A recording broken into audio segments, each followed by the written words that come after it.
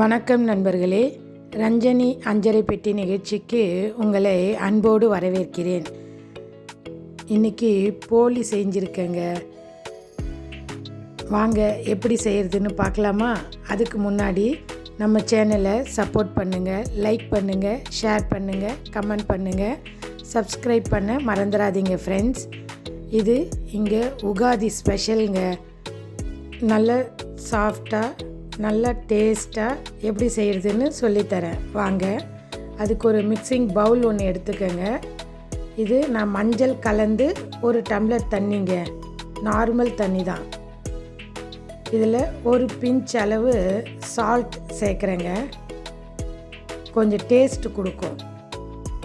இதில் ஒரு 1.5 கப் அளவுக்கு மைதா சேர்த்து நம்ம சப்பாத்தி மாவு பிசைகிற மாதிரி கொஞ்சம் நல்ல லூஸாக பிசையணுங்க.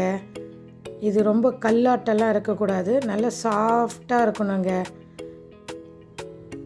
நல்லா மெதுவாக கலந்து விட்டுட்டு ஒரு 5 டீஸ்பூன் அளவுக்கு ஆயில் சேர்க்குறேங்க.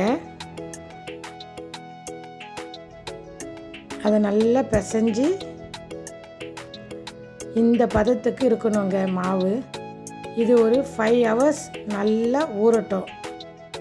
தட்டு போட்டு மூடிடலாம். இப்போ இதுக்கு பூரணம் ரெடி பண்ணிடலாம். நான் ஒரு 2 கப் அளவுக்கு தூர்தால் எடுக்கிறேங்க. அதை நல்லா வாஷ் பண்ணிவிட்டு நம்ம இதை குக் பண்ண போகிறோம். இதுக்கு 4 கப்பு அளவுக்கு தண்ணி சேர்த்து ஒரு 1/4 டீஸ்பூன் அளவுக்கு மஞ்சத்தூள் சேர்த்து கொஞ்சமாக ஆயில் 2 டேபிள் ஸ்பூன் சேர்த்து நல்லா பாயில் பண்ணுங்கள். இந்த பதத்துக்கு தாங்க வேகணும், இதுக்கு மேலே குழைய விடக்கூடாது. இந்த பதத்தில் நம்ம வடிகட்டி பருப்பை ஆற வச்சிட வேண்டியதாங்க.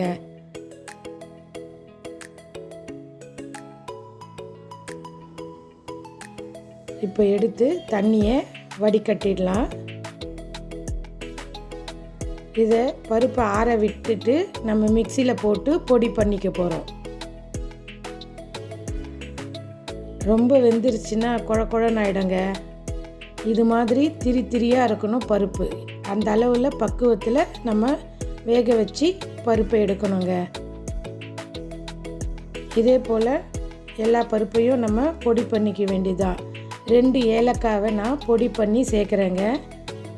ஒரு 300 கிராம் அளவுக்கு வெல்லம் நான் இதை துருவி சேர்க்குறேங்க.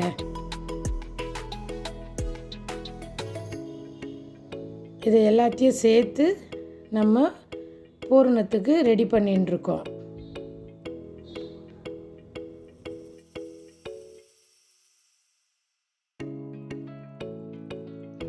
இப்போ நம்ம அதை நல்லா மிக்ஸ் பண்ணி விட போகிறோம். இது போல் மிக்ஸ் பண்ணிவிட்டு உருண்டை பிடிச்சி பாருங்கள். இது மாதிரி உருண்டை வந்ததுன்னா இந்த பதம் கரெக்டான பதங்க போலிக்கு. இதே மாதிரி உருண்டை பிடிச்சி வச்சுட்டு நம்ம போலி தட்ட வேண்டியது தாங்க. இப்போ இந்த மாவு ஒரு 5 மணி நேரம் கழித்து நான் பார்க்குறேன். மாவு நல்லாவே ஊறி இருக்குங்க. இந்த பதம் சரியான பதங்க. இப்போ ஒரு பிளாஸ்டிக் பேப்பர் வச்சு அதில் கொஞ்சமாக ஆயில் தடவி நல்லா ஸ்ப்ரெட் பண்ணிக்கோங்க. அப்போ தான் அதில் ஒட்டாமல் வருங்க. நல்லா ஆயிலை ஸ்ப்ரெட் பண்ணிவிட்டு நம்ம மைதா மாவு பிசைஞ்சு வச்சோம் இல்லைங்களா, அதை சின்ன உருண்டையாக எடுத்து தட்டி விட்டு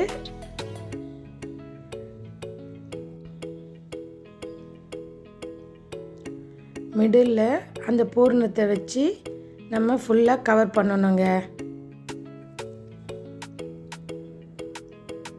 மாவு நல்ல பதத்தில் இருக்குங்க.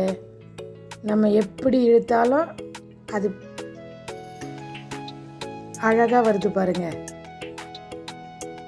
அவ்வளோதாங்க. இதை ரவுண்ட் ஷேப்புக்கு நம்ம தட்டி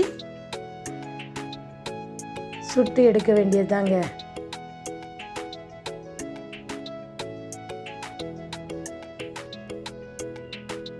இதை நம்ம எவ்வளோ மெல்லிசாக ஒன்றா கூட நம்ம இதை தட்டலாங்க. அந்த அளவுக்கு மாவு நல்ல பதத்தில் இருக்குது.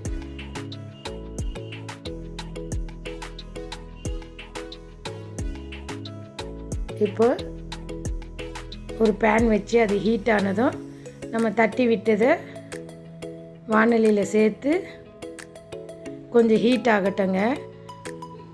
கொஞ்சம் லோ ஃப்ளேமில் வச்சு இதை குக் பண்ணுங்க. கருக விடாமல் பார்த்துக்கங்க.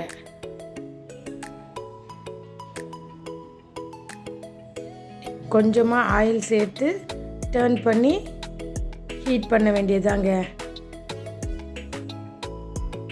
நல்ல சுவையான போலி ரெடிங்க. நான் இன்னொன்று செஞ்சு காமிக்கிறேன் பாருங்கள்.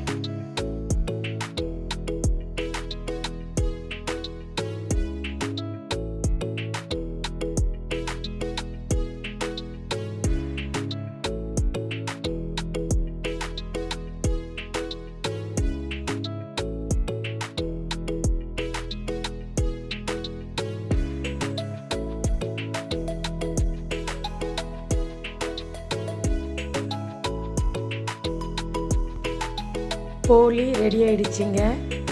வாங்க சாப்பிடலாம். இதுக்கு நெய் தாங்க கரெக்டான சைட் டிஷ். அது மேலே மழைத்தூறல் மாதிரி தூவிட்டு நெய்யை நல்லா தடவி விட்டு அதை அப்படியே ரோல் பண்ணி பிச்சு சாப்பிட்டோம்னா அவ்வளோ டேஸ்ட்டாக இருக்குங்க. வாங்க சேர்ந்து சமைப்போம், சேர்ந்து ருசிப்போம். நன்றி நண்பர்களே.